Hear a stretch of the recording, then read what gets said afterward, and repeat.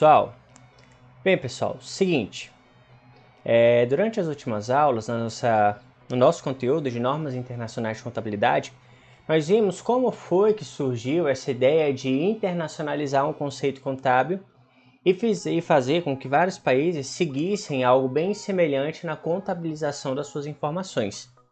Nós vimos ali o exemplo da Aeron, que lá por volta de 2002 estourou o escândalo de corrupção, que fez com que depois o IASB se tornasse uma grande potência contábil, mundialmente falando, e transportasse seus conceitos, inclusive para as nossas normas internacionais, para as nossas normas brasileiras de contabilidade, que passaram a ser adotadas desde 2018. Então, estudando o CPC 00, agora nós vamos pular para o nosso CPC 23.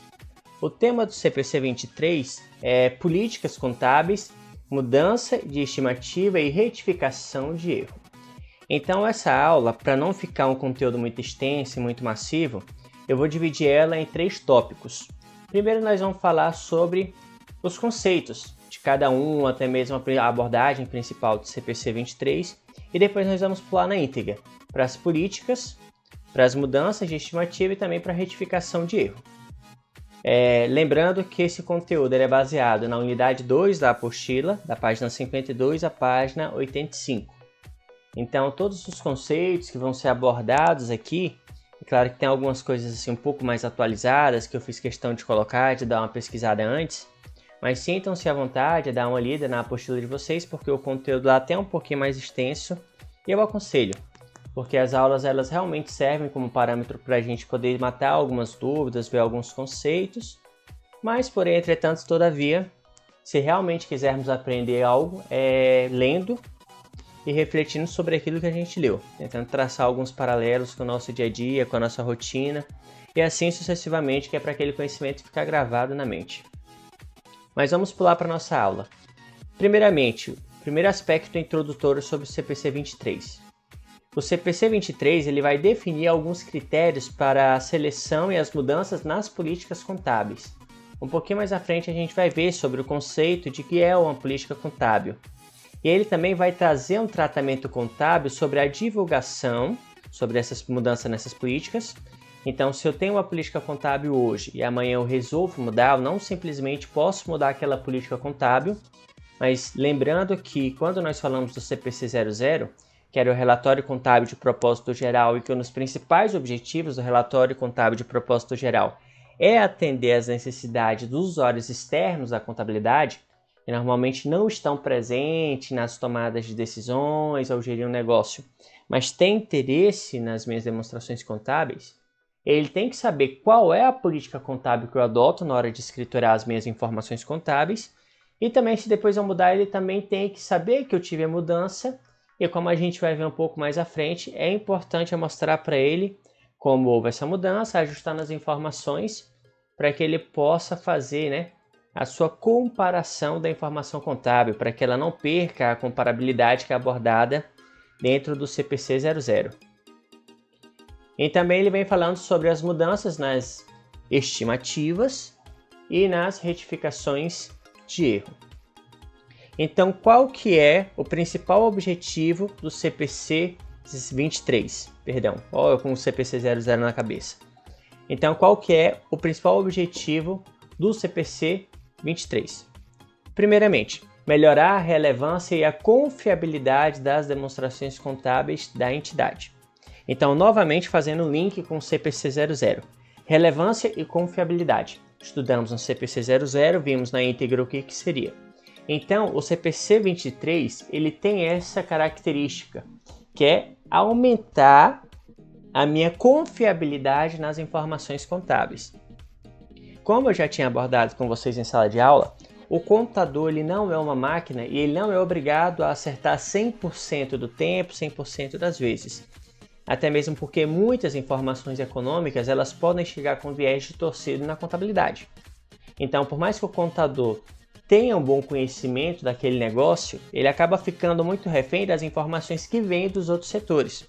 Então, se aquela informação vier incorreta, se ela vier com uma leitura incorreta ou algo do tipo, pode acontecer que, a partir daquele momento, o contador pode ter uma interpretação errada de algum fato e escriturar daquela forma como ele interpretou, da forma como foi repassada.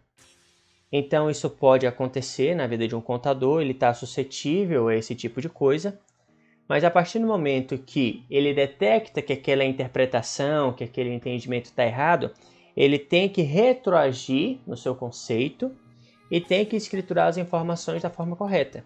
Então existe um método para que ele possa fazer isso até mesmo com exercícios anteriores, para que ele não afete a qualidade da informação contábil.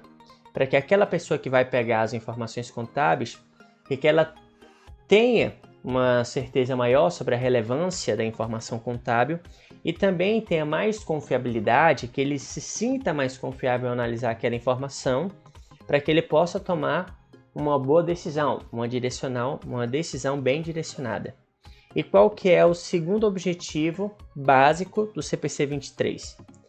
É permitir a comparabilidade ao longo do tempo das demonstrações contábeis. Então, se eu tem uma mudança na estimativa, se eu tenho uma mudança principalmente, como a gente vai ver, nas políticas contábeis da empresa, eu devo retroagir e arrumar essas informações em períodos anteriores. É claro que eu não vou reabrir o balanço consolidado de exercícios anteriores para poder fazer isso, nós vamos ver um pouquinho mais à frente como vai ser feito, mas é interessante vocês terem em mente que a pessoa que vai examinar a informação contábil, ela tem que ter a capacidade de pegar aquela informação e fazer uma comparação entre a evolução, declínio, até mesmo para ele poder entender como está a vida econômica da empresa. Então, suponhamos que ele vai pegar lá o balanço patrimonial de 2015, 16, 17, 18 e 19. Ele vai fazer um estudo sobre a vida econômica daquela empresa, sobre se ela está com desfalque de caixa, até mesmo para ele poder entender se aquela empresa realmente está sendo digna de ser considerada como um bom investimento, de receber um aporte ou não. Então ele tem que ter essa capacidade de comparar. Ele não pode simplesmente pegar, por exemplo, o ativo que estava sendo avaliado em 2015 por uma política e depois em 2016 por outra e depois em 2017 por outra, porque assim ele perderia a comparabilidade da informação contábil. Então esse lastro não estaria sendo fidedigno, não estaria sendo real para ele. Então esses são os dois aspectos básicos que são os principais objetivos do CPC 23. Melhorar a relevância e a confiabilidade e também permitir com que a informação contábil seja comparável no percurso do tempo. Alcance do CPC 23. O CPC 23 ele deve ser aplicado na seleção e na aplicação de políticas contábeis, bem como na contabilização de mudanças nas políticas contábeis, de mudanças na estimativa contábil e de retificação de erros de períodos anteriores.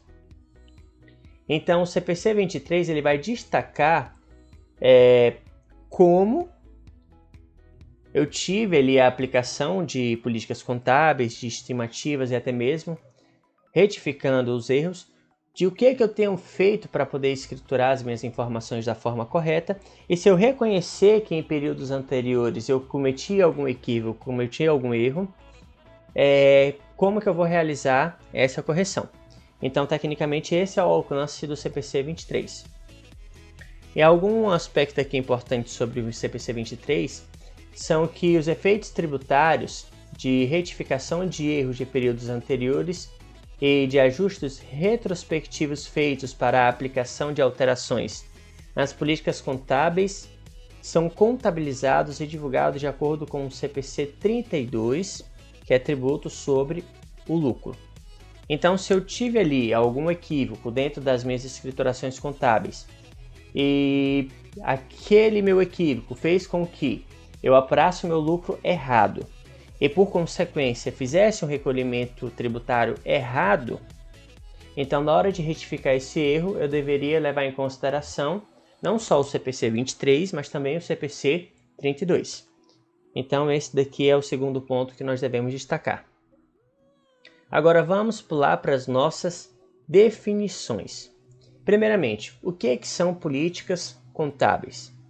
São os princípios, as bases, as convenções, as regras e as práticas especificadas aplicadas pela entidade na elaboração, da apresentação de demonstrações contábeis. Então, preste bem atenção, pessoal. As políticas contábeis, elas são um conjunto de princípios, bases, convenções e regras que devem ser seguidas pela entidade na hora dela escriturar a sua informação contábil. Então, para poder melhorar um pouquinho desse entendimento do que seriam as políticas contábeis, imagina aí que um ativo, quando você vai escriturar um ativo dentro da sua empresa, ele pode ser escriturado baseado em duas premissas. Ele pode ser escriturado baseado no seu custo de aquisição. Então, eu posso escriturar o meu ativo, por exemplo, com base no custo de aquisição, que seria o desembolso que eu tive para poder realizar a compra daquele ativo, ou então com base no seu valor de mercado. Então essas duas premissas para mim poder escriturar um ativo. Então, se eu tenho essas duas premissas de acordo com o CPC 27 para poder escriturar o meu ativo, na hora que eu vou escriturar o meu ativo dentro do meu balanço patrimonial, eu vou adotar um método. Ou eu escrituro pelo custo, ou eu escrituro ele pelo valor de mercado. Se eu escriturar pelo custo ou pelo valor de mercado, eu estou adotando uma política contábil. Então, se eu adotar dentro desse período uma política contábil que seria escriturar ou pelo custo ou pelo valor de mercado, eu devo seguir essa lógica para os meus ativos imobilizados. Então, eu devo especificar que essa é a minha política contábil. A minha política contábil é qual? Comprei um ativo, vou escriturar pelo custo. Ou se eu comprei um ativo, eu vou escriturá-lo pelo seu valor de mercado. Ou um ou outro. É claro que nós devemos levar em consideração o nosso CPC de número 27 na hora de avaliarmos os nossos imobilizados para saber qual vai ser a nossa política a ser adotada nesse período. Mas, porém, entretanto, todavia, nós devemos considerar dessas duas premissas, um desses dois métodos para podermos escriturar o nosso imobilizado. E essa seria a nossa política contábil. Outro exemplo, de acordo com o CPC 20 de número 16, eu poderia escriturar o meu estoque pelo PEPs ou pelo custo médio ponderado. Então, suponhamos que eu sou um varejista. Eu sou uma pessoa que dentro da minha loja eu tenho mais de um tipo de estoque. Então vamos pegar, por exemplo, que dentro da minha empresa eu tenho aqui a parte 1 da minha empresa e a parte 2 da minha empresa. Na parte 1 eu vendo produtos alimentícios e na parte 2 eu vendo materiais de construção e material para acabamento. Então, na hora que eu for escriturar o meu estoque, tanto do material alimentício como do material de construção, eu deveria colocar como política contábil que ou eu vou utilizar o PEPs ou eu vou utilizar o custo médio ponderado. Então, eu não poderia, por exemplo, falar assim, para o material alimentício eu vou utilizar o PEPs e para o material de construção eu vou utilizar a média ponderada. Então, eu tenho uma política contábil. Se eu falar que eu vou escriturar o meu estoque pelo método PEPs, que no caso seria o primeiro que entra e o primeiro que sai, eu deveria escriturar tanto o material alimentício como o material de construção pelo método PEPs. Ou se eu falar que eu quero escriturar o meu estoque pelo custo médio ponderado, eu poderia pegar todo o meu material alimentício e todo o meu material de construção, todo o meu estoque, e classificá-lo pelo método de custo médio ponderado. Então, essa seria a minha política contábil. Ou eu utilizo um método ou eu utilizo outro.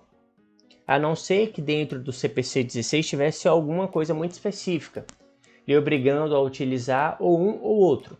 Mas você, no caso, tem a liberdade de escolha. E essa sua liberdade de escolha, ela deve ser bem evidenciada dentro das suas demonstrações contábeis, mais especificamente falando, nas notas explicativas. Então, a sua política contábil seria o método pelo qual você vai avaliar os seus ativos. Então, você não pode simplesmente chegar e falar que você vai escriturar o seu estoque de material alimentício e o seu estoque de material de construção de forma diferente, jogando um em cada política. No caso, você teria que ter uma política que englobasse os dois estoques. Então, quando você tem essa política, você deve evidenciar dentro das suas demonstrações contábeis e essa política deve ser englobada para todos os estoques que você adquirir dentro da empresa. Então, nesse sentido, em algum momento a empresa ela pode até alterar a sua política contábil e ajustar essa política contábil de acordo com o que vem sendo exposto dentro do CPC 23. Então, nesses casos, a qual eu falo, por exemplo, em 2019 eu trabalhei com o método PEPS para poder avaliar os meus estoques. Em 2020 eu quero trabalhar pelo método de custo médio ponderado. Eu posso, mas nessa situação na qual eu vou fazer aqui em 2020 uma mudança na minha política contábil, eu vou aplicar o que é exposto dentro do CPC 23 para que a minha informação contábil não perca a comparabilidade que é abordada dentro do CPC 00. Então, pessoal, mudança na estimativa contábil.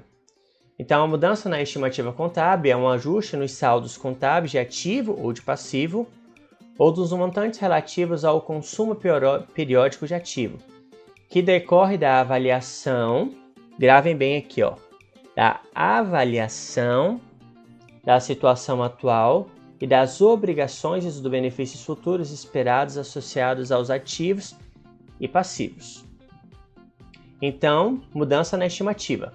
Mudança na estimativa, ela é uma mudança que vai ocorrer dentro da minha estimativa para me poder realizar a avaliação da situação atual, das minhas obrigações ou dos benefícios econômicos que poderão ser gerados pelos meus ativos.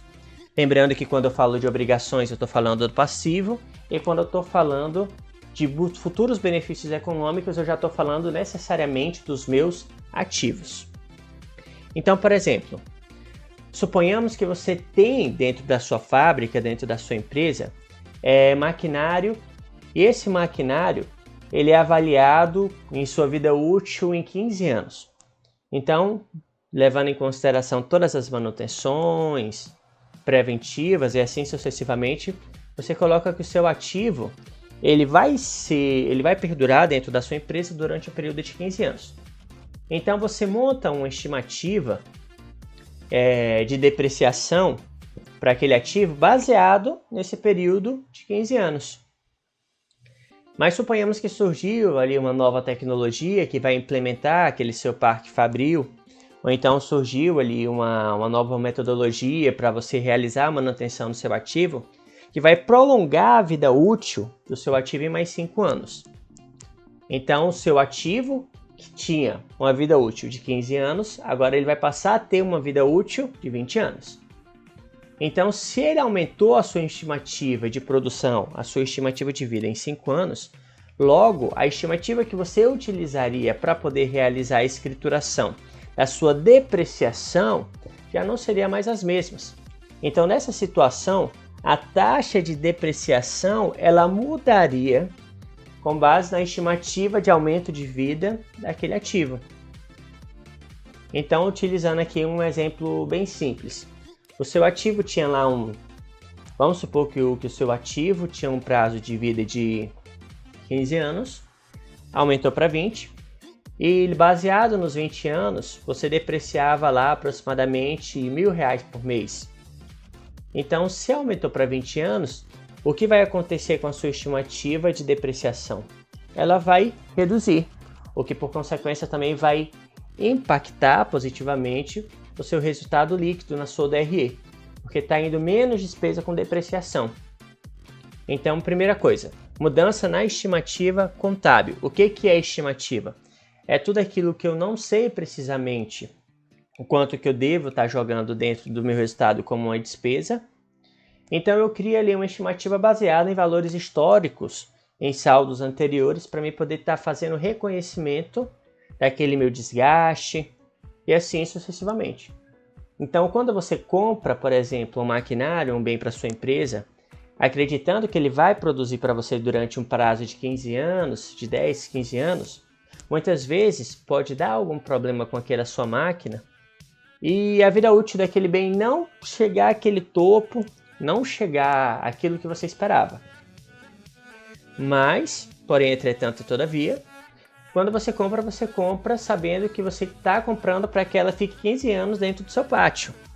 Então, aquela máquina pode quebrar, aquela máquina pode ficar obsoleta e você utilize por menos tempo. Mas ainda assim, se você comprou para poder ficar 15 anos no seu pátio, você vai fazer uma estimativa de depreciação e vai depreciando aquela máquina mês a mês. Por mais que você não tenha plena convicção ou plena certeza de que aquela máquina vai ficar os 15 anos dentro da sua empresa. Então, nessa hora, você está utilizando uma estimativa para poder fazer o reconhecimento de uma despesa. Então, se o tempo de vida útil da sua empresa, da sua máquina, aumentar ou diminuir, consequentemente a sua estimativa ela também vai sofrer uma modificação. Porque se eu tinha estimado que ela ficaria dentro da minha empresa sendo depreciada durante 15 anos e agora aumentou para 20, o valor da minha depreciação vai sofrer um reajuste. Então esse reajuste ele é uma mudança na minha estimativa. Outro exemplo bem nítido, que vocês também devem ter estudado lá por volta do 4º ou 5º período, é a ECLD, que é a estimativa para a liquidação de créditos duvidosos. Então, o que seria a ECLD?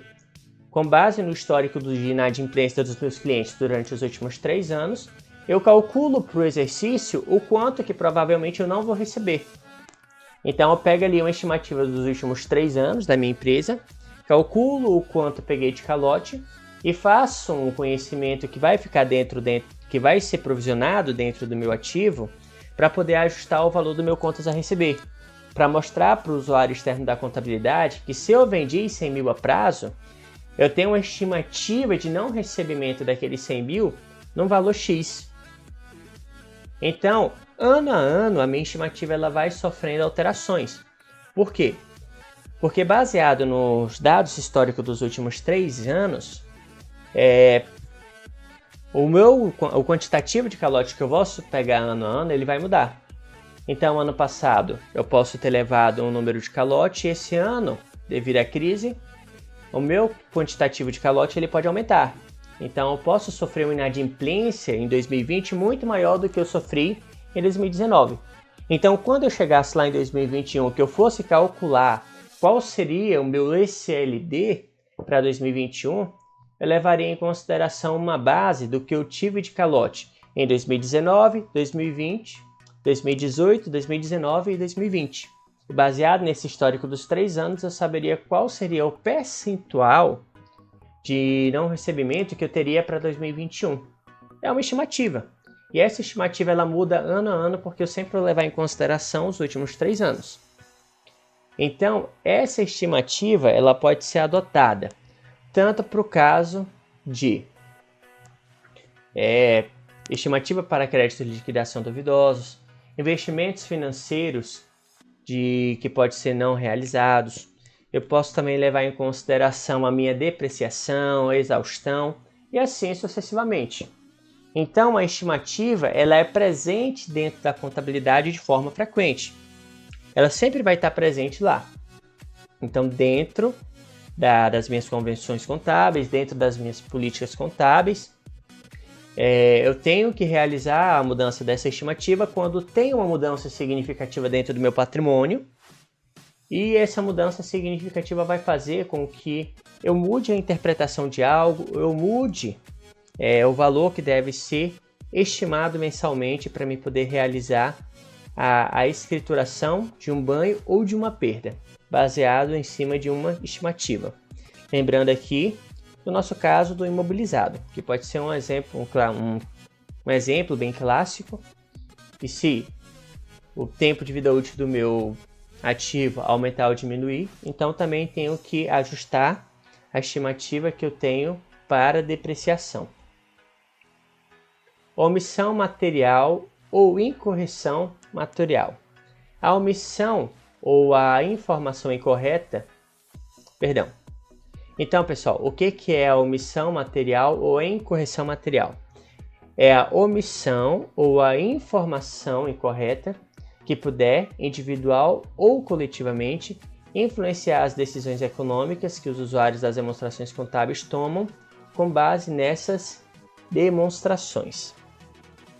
Então, voltando lá para o nosso exemplo da materialidade, que é abordada no CPC 00, então o que seria esse erro material? É quando eu deixo de expor algo que tem relevância para dentro da nossa empresa. Quando eu deixo de expor algum evento, quando eu deixo de expor algum valor que poderia influenciar na minha tomada de decisão. Então eu posso omitir essa informação, ou então eu posso errar na minha interpretação, então a pessoa pode ocultar aquela informação da minha pessoa. Então, quando eu detecto que houve omissão em períodos anteriores e aquela omissão é importante para mim poder ter um entendimento de como eu posso tomar uma decisão avaliando as minhas demonstrações contábeis, ela vai influenciar na minha decisão econômica, eu tenho que realizar esse ajuste. Então, lembrando novamente sobre a omissão, sobre o erro material. Então, levando para o ponto da relevância novamente. Suponhamos que aqui eu tenho um posto de combustível. Esse posto de combustível, ele deixou de colocar dentro das suas demonstrações contábeis um lançamento de 50 mil reais. Suponhamos que nesse período, aquele posto faturou uns 2 milhões de reais durante aquele exercício. Então, 50 mil reais no universo de 2 milhões de reais já seria uma informação relevante. Então, se eu deixei de escriturar ou fazer o reconhecimento de receita de 50 mil reais dentro do universo econômico daquele posto, 50 mil reais vai fazer uma falta e pode influenciar muito na minha tomada de decisão. Mas agora imagina aí uma empresa que fatura 50 milhões de reais. Vamos pegar, por exemplo, a Petrobras. Eu não sei necessariamente quanto é que está o faturamento da Petrobras hoje. Mas suponhamos que dentro de um exercício ela faturou lá 50 milhões de reais. Então, se o cara ocultar ou se ele esquecer, por qualquer motivo que seja, esquecer não, que é muito mais difícil. Se ele não chegar a ter acesso, por exemplo, a esse faturamento de 50 mil reais ou nessa despesa, ou então ele classificar mal aquela receita, com certeza esses 50 mil reais não seriam uma informação tão relevante nesse universo de 50 milhões, o quanto seria para um posto de combustível de faturamento de 2 milhões de reais ano. Então, a materialidade ela depende da dimensão da natureza da omissão ou da informação incorreta julgada à luz das circunstâncias às quais a sujeitam. Então, novamente, voltando sobre a questão da relevância.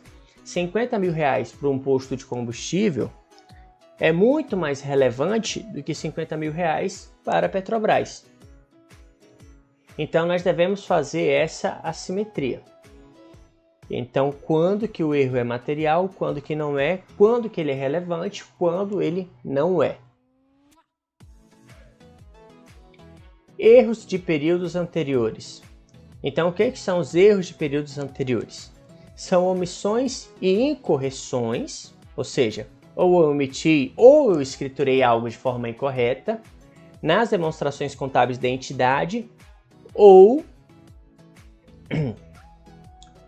de um ou mais períodos anteriores decorrentes da falta de uso ou de uso incorreto de informações confiáveis que estava disponível quando da autorização para a divulgação das demonstrações contábeis desse período. Então, beleza, pessoal. Vamos fazer aqui primeiramente um destrinchamento. Erros de períodos anteriores. Então, o que são erros de períodos anteriores? São os erros que eu cometi em exercícios anteriores que já estão consolidados e já estão divulgados. Então, nós estamos, por exemplo, trabalhando no exercício de 2020. Detectamos que houve uma omissão ou utilizamos um dado incorreto lá em 2019. As informações de 2019, suponhamos que elas já estão consolidadas e elas já estão devidamente protocoladas e divulgadas. Então, o que seria esse erro? Seria eu não levar em consideração aquela informação que eu já poderia ter tido acesso em 2019, mas não fiz uso, ou então uma má classificação daquela informação. É tanto que o nosso ponto A aqui ele vem falando que estavam disponíveis quando da autorização para divulgação.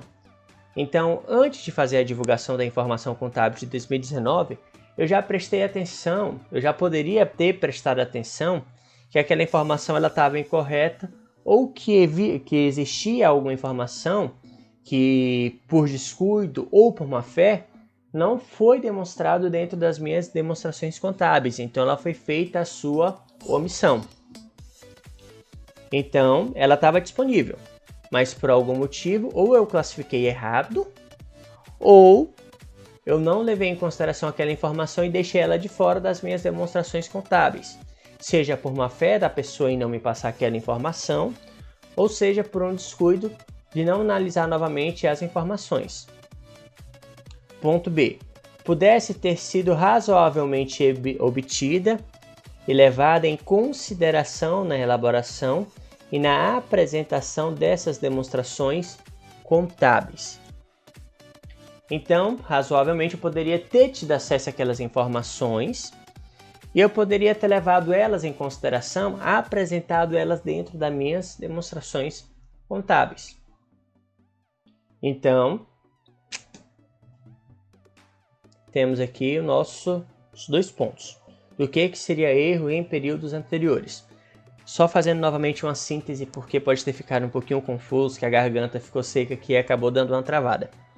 Erros de períodos anteriores são omissões que eu realizo de exercícios anteriores de informações que, razoavelmente, eu já poderia ter tido acesso, ou eu tive acesso e não levei em consideração antes de fazer a divulgação da informação contábil, ou eu fiz uma interpretação incorreta daquele fato e classifiquei ela da forma não tão razoável possível. Então, no caso, eu não levei em consideração a natureza econômica, eu não levei em consideração o tipo de receita, o tipo de despesa, custo e assim sucessivamente, o que fez com que eu tivesse uma interpretação incorreta e classificasse aquela informação no lugar onde ela não deveria estar. Então, pessoal, tais erros eles incluem os efeitos de erro matemático. Então, geralmente, eu posso ter errado no cálculo de alguma informação do exercício anterior, que nem, por exemplo, o valor realizável líquido do meu ativo e assim sucessivamente, ou então sobre a escrituração de algum estoque, por algum erro matemático, seja por erro humano ou seja por erro de sistema, que também são feitos por humanos e também estão suscetíveis a erro, eu não deixei de levar em consideração a informação. Erros nas aplicações de políticas contábeis. Então, por exemplo, dentro do meu sistema, eu parametrizei para poder utilizar o estoque, avaliando o estoque de materiais alimentícios pelo método do PEPS, e depois eu peguei e classifiquei lá material de construção pelo método de média ponderada. Então, isso poderia acontecer, poderia passar despercebido pela equipe contábil, e se por algum acaso isso aconteceu em exercícios anteriores, eu deveria realizar a correção a partir do momento que eu detectasse esse erro, ou então até mesmo por descuido ou interpretação incorreta de fatos e fraudes. Então, novamente, eu sou humano, eu tenho a possibilidade de poder errar, e se por algum acaso eu entender que eu cometi algum erro, consequentemente, eu posso em exercícios anteriores realizar a correção desses erros em exercícios passados, ou então até mesmo por fraudes, caso aquela empresa tenha cometido alguma fraude e agora seja obrigada a fazer o reconhecimento daqueles fatos passados. Então, pessoal, vamos falar agora de algo muito importante, que é a aplicação retrospectiva, que é a aplicação do CPC de número 23 naquilo que vai retroagir, naquilo que já passou. Então, como que eu vou realizar a escrituração de algo que já passou?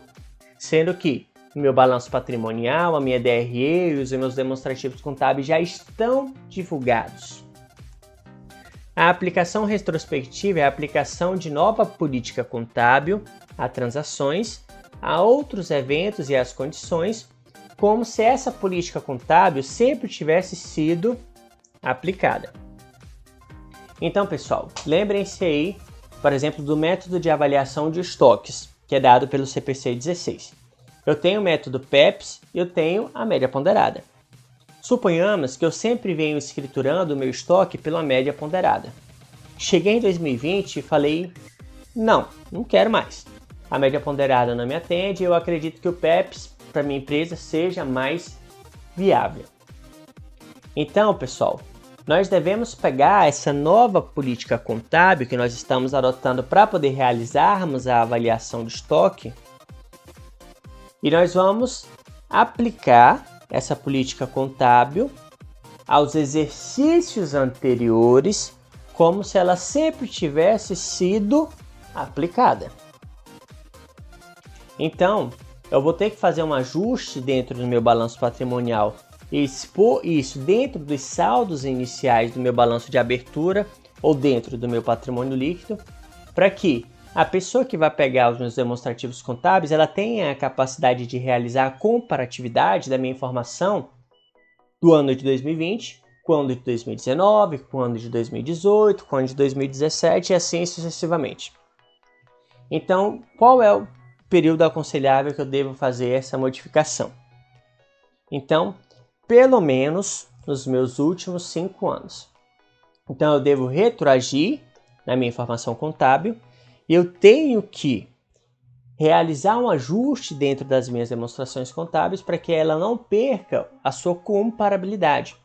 Para que quando a pessoa vá pegar o meu balanço patrimonial de 2019, 2018, 2017, ela também tenha a capacidade de comparar com as informações que eu vou estar divulgando lá em 2021, referente ao exercício de 2020.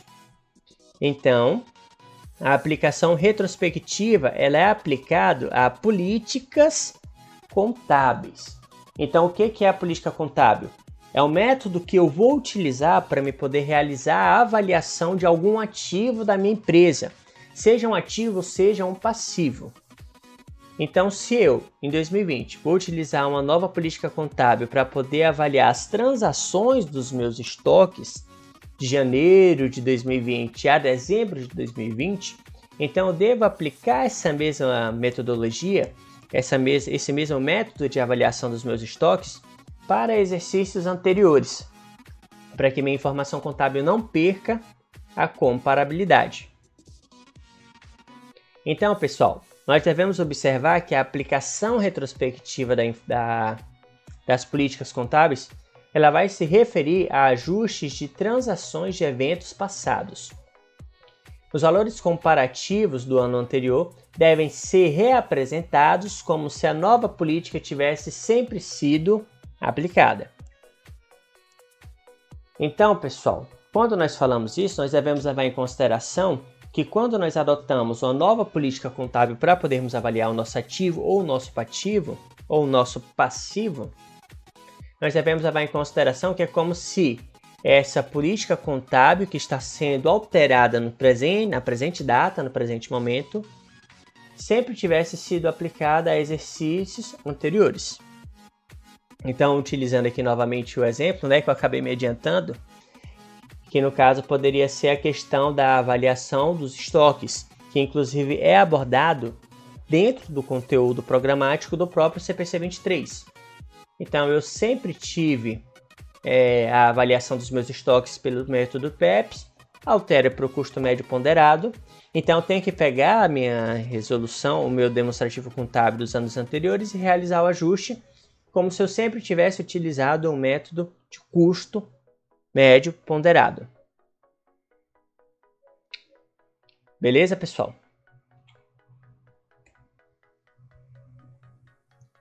Reapresentação retrospectiva, ou seja,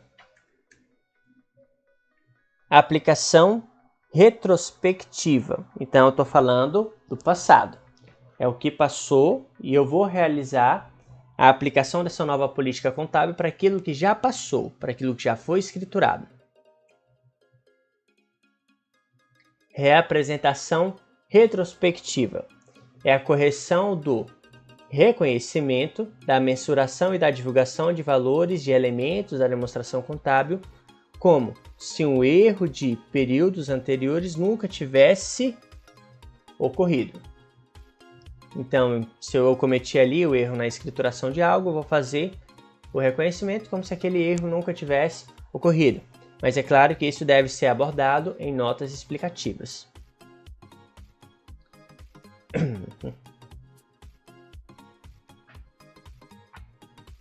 Aqui vem falando sobre um pouco de aplicações impraticáveis, não vamos adentrar muito nos méritos.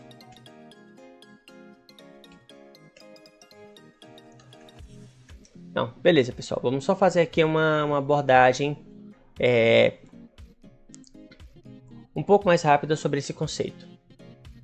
Então, quando que se tornaria a apresentação retrospectiva impraticável? Quando a entidade não pode aplicá-la depois de ter feito todos os esforços razoáveis para esse sentido. Então, imagina aí, por exemplo, que a contabilidade da empresa pegou os exercícios anteriores e viu que dentro daquele período a avaliação de estoques não seria praticável ou por uma informação fiscal ou por uma informação contábil existente na época. E a partir desse momento ela fala, não, eu só posso corrigir as minhas informações contábeis até 2018, porque de 2017 para trás ela seria considerada impraticável. Então, nessa situação, nós corrigiríamos até 2018 e depois explicaríamos dentro das notas explicativas o porquê que nós não aplicaríamos essa política contábil para 2017 a períodos mais anteriores. Então, quando que eu consideraria como impraticável? Quando os efeitos da aplicação retrospectiva ou da reapresentação retrospectiva não puderem ser determinados. Então, não sei quais são os efeitos dessa nova contabilização dentro dos meus demonstrativos contábeis, ou qual efeito isso teria. Se iria ajudar, se iria prejudicar ou algo do tipo. Se eu não consigo determinar, então ela poderia ser considerada como impraticável na hora de retroagir e fazer essa releitura do demonstrativo contábil para poder escriturar as informações da forma correta. A aplicação retrospectiva ou a reaplicação retrospectiva exigir premissas baseadas no que teria sido a intenção da administração naquele momento passado. Então vamos supor, eu utilizei uma política contábil para poder expressar algo importante sobre a minha empresa naquele período, quero que a administração queria que fosse expresso para os seus acionistas, é claro, né, se elas puderem fazer isso. Então, se a partir desse momento eu considero que essa aplicação retrospectiva, essa reapresentação, vai inferir alguma dessas premissas que eram adotadas nesse período, então ela pode ser considerada como impraticável. Ou se a aplicação retrospectiva ou a reapresentação retrospectiva exigir estimativas significativas de valores e se for impossível identificar objetivamente a informação sobre essas estimativas que proporciona evidências das circunstâncias que existiam à data em que esses valores deveriam ser reconhecidos, mensurados ou divulgados. E o segundo ponto, se estaria disponível quando as demonstrações contábeis desse período anterior tivessem sido autorizadas para a divulgação. Então essas seriam as circunstâncias na qual seria incabível nós realizarmos essa retroação na hora de corrigir uma política contábil ou mensuração de erro, mas aqui mais especificamente falando sobre a política contábil. A aplicação prospectiva de mudança na política contábil. Então, o que seria essa prospecção? Então, seria para frente. Então, na política contábil, geralmente, quando eu realizo uma mudança na política contábil, eu devo retroagir e arrumar os exercícios anteriores, para que a informação contábil não perca a sua comparabilidade. Agora, a aplicação prospectiva, que no caso seria daqui para frente. Então, a mudança prospectiva na política contábil e de reconhecimento dos efeitos de mudança de uma estimativa contábil representa, respectivamente, ponto A, a aplicação de uma nova política contábil a transações, a outros eventos ou às condições que ocorram após a data em que a política é alterada.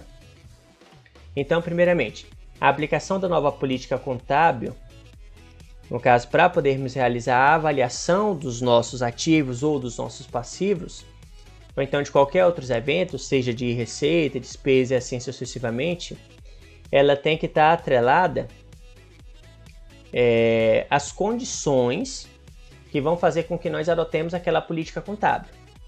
Então vamos supor que surgiu aqui uma mudança dentro da interpretação de alguma norma contábil que me faz com que eu mude a minha política contábil. Então eu devo aplicar essa política contábil a partir dessa exigência, a partir dessa norma para frente. E o segundo ponto, o reconhecimento do efeito da mudança na estimativa contábil nos períodos correntes e futuros afetados pela mudança. Então é mais ou menos assim, pessoal. Se eu tive uma mudança de política contábil, na mudança de política contábil, eu vou retroagir e vou corrigir exercícios anteriores.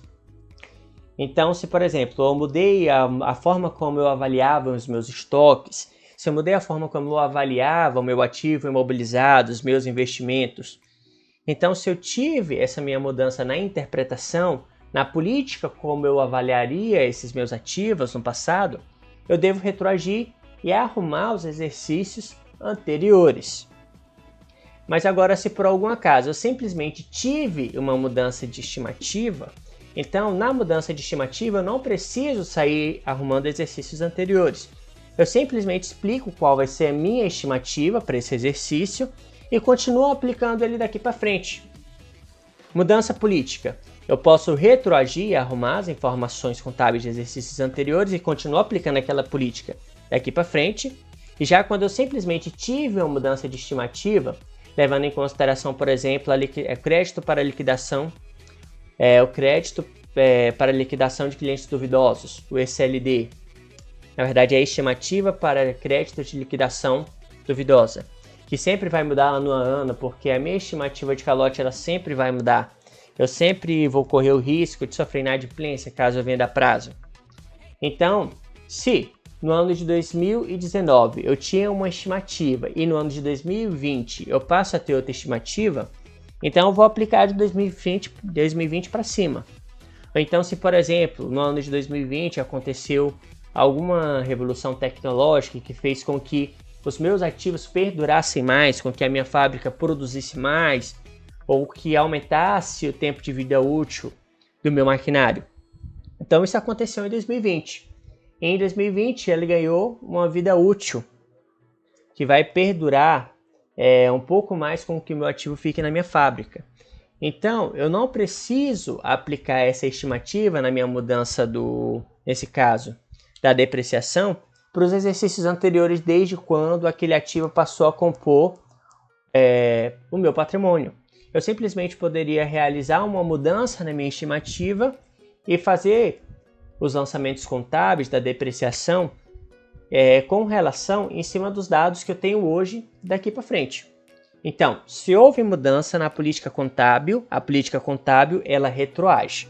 Se houve mudança na estimativa, a estimativa ela não vai retroagir, ela só vai agir de forma prospectiva. Então é daqui para frente.